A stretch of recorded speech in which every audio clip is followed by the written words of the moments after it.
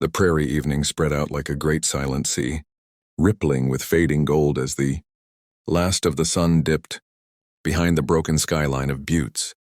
Cole Maddox tugged gently at the reins of his stallion, feeling the tension in the leather as the animal shifted beneath him. The shadows were getting longer. Nights in Alder Ridge country came fast, swallowing whole the sky and anything unprepared beneath it.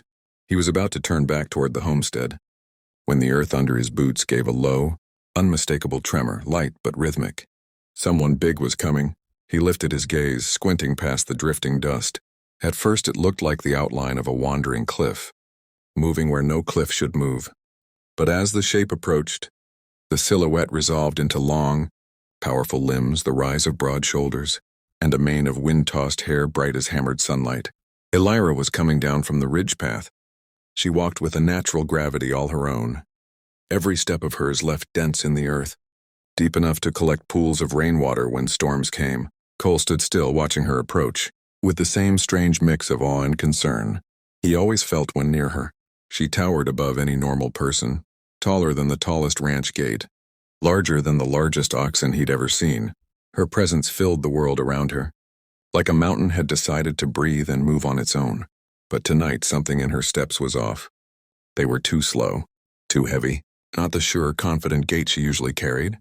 "Elira," he called softly when she was close enough to hear without raising his voice. She stopped only a few feet from him, though her shadow stretched far more. The wind tugged at her hair, rippling it across her shoulders like the crest of a storm cloud. Her breathing was steady, but too deep, like she'd run for miles with a weight on her back. "Cowboy," she murmured, her deep voice curling around the word in a way that always made Cole straighten.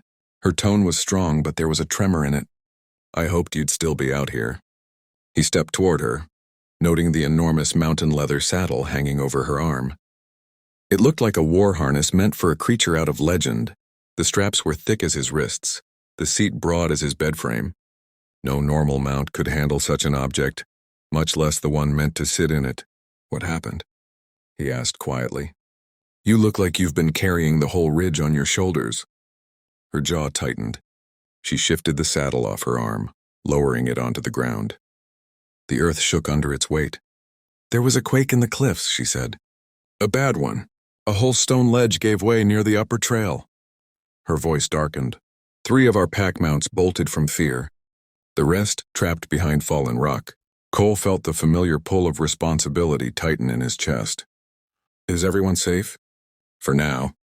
But if the storm reaches the ridge by morning, the passage will be buried for weeks."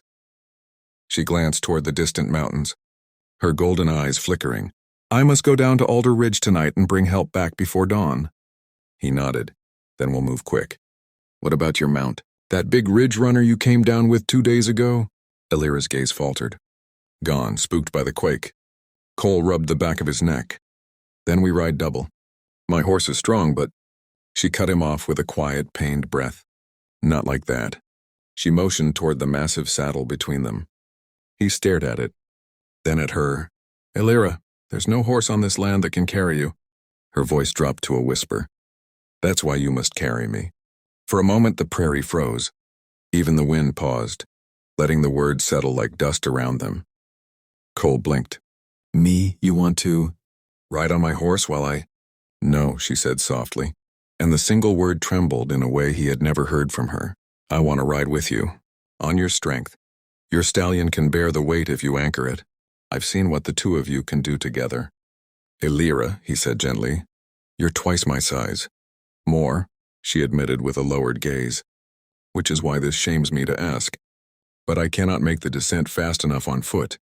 And if I fail, my people will be cut off from the lowlands for a season." Cole took a breath, then walked closer to her, close enough to feel the warmth radiating off her giant form. He saw the tension in her jaw, the struggle in her eyes, the pride of a mountain-born woman wrestling with the humility of needing help from a man half her size. "You're afraid," he said quietly. Her eyes snapped to his, startled. "I am not afraid of storms." "I know," he replied. "You're afraid of being a burden." Her silence was answer enough. Cole stepped close, placing his hand on her wrist, his fingers barely covering a fraction of it. "Elira, look at me. You're not a burden." Not to me. Her breath hitched, a soft quake rolling through her chest. It's so big, she whispered, nodding to the saddle she had brought because she had no choice. It wasn't made for small men or small horses, but I'll accept it only for tonight. That's all I'm asking for, Cole said. He checked the straps, ran his hands over the reinforced belts, tightened the girths, and braced his stallion. The horse snorted and pawed at the earth, sensing something unusual but trusting Cole more than fear. When everything was ready, Elira knelt. The ground sunk slightly beneath her weight. Carefully, with hesitation that felt foreign for someone so powerful, she pulled herself into the saddle as Cole steadied the horse in the harness. The earth trembled. The stirrups groaned. The stallion braced, then steadied. Solid, strong, unyielding. Cole mounted in front of her, feeling the warmth of her presence towering behind him, her breath curling against his back like soft thunder. You ready? He murmured. For tonight, she whispered, voice low and steady. Yes.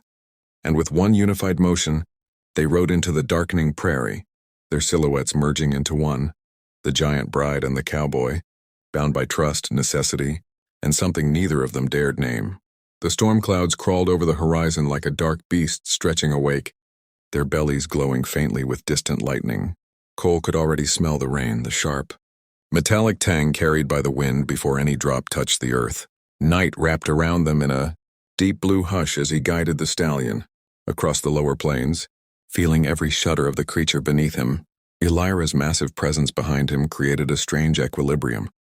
Her weight made the horse's stride slower, but her steady breathing and careful, controlled posture kept the animal focused.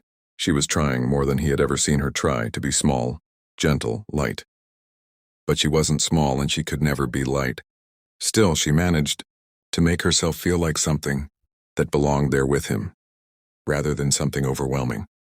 They rode in silence for the first mile, listening only to the wind, the stallion's hooves, and the slow thunder muttering across the sky. Cole kept his hand steady on the reins, feeling Elira shift slightly behind him as she adjusted her balance, her movements cautious, deliberate. You can breathe, you know, he said, finally breaking the quiet. I am breathing, she murmured. Barely. You're tighter than a fence post about to snap. He felt, rather than heard, the soft rumble of a reluctant laugh behind him. I do not wish to crush your horse. He's tougher than he looks. Just like his rider. Another pause. Then softly, you trust me that much? He didn't turn around, didn't need to. If I didn't, I wouldn't have let you climb into that saddle. A gentle hum vibrated behind him, low and thoughtful. Among my people, Elira said, trust is not given lightly. It is earned through trials. Hard ones, dangerous ones. So I'm passing your trials now? Yes. She shifted again, a slow, careful adjustment. This is not something I ask casually. Riding a man is intimate. Cole nearly choked. Riding a horse, he corrected gently, though his ears heated. She shook her head. No, I ride with you. The horse is only the anchor. You are the strength.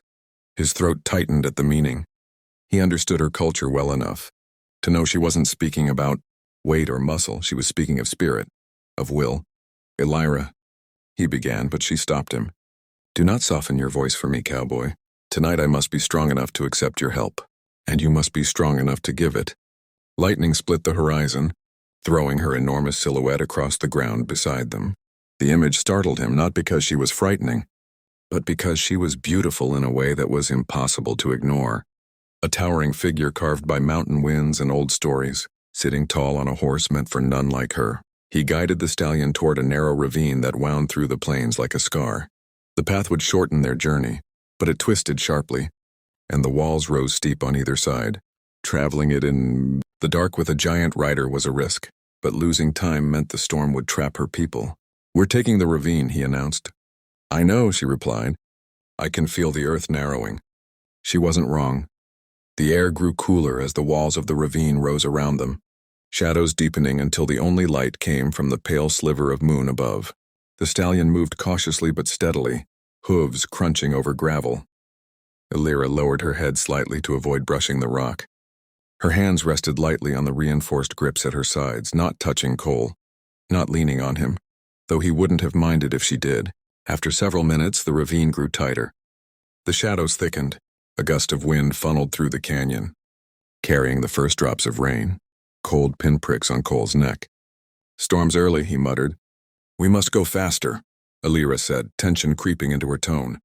"I know, but we have to be smart about it." The storm rumbled overhead, the walls amplifying the sound until it became a vibrating roar. The horse jerked at the echo, nearly stumbling. Cole steadied him instantly, hands firm on the reins.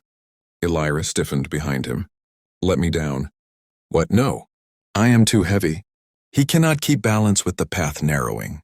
"Alira, if you climb down now, you'll never make it to the ridge in time." Lightning cracked again, illuminating the narrow path ahead. A sudden drop, sharp and uneven. She saw it too. "Cole." "I know, hold steady." He pressed his knees gently into the stallion's sides, guiding him forward with careful control. The horse trembled but obeyed, inch by inch navigating the jagged edge. Rocks tumbled beneath the hooves, clattering loudly into the ravine below. Alira sucked in a breath, trying to lift herself in the saddle to lighten the weight. The motion made the horse sway dangerously. "Don't," Cole barked. "Stay centered." "But You trust me, don't you?" The words struck her still. "Yes," she whispered.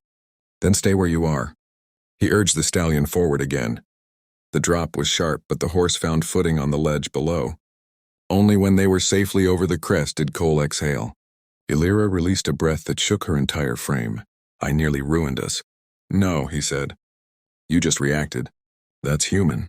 Or mountain folk. Or whatever you want to call it. You are too calm for near death," she murmured. "I'm calm because I know you're doing everything you can to help, not hurt." She hesitated. "Cole, if you had fallen, I could not have forgiven myself." "Then good thing I didn't fall." Silence stretched again, but it was a different silence, softer, warmer somehow. The rain thickened, tapping steadily on the saddle and the horse's mane. The storm was closing in. Cole could feel her urgency growing behind him. Her people depended on this.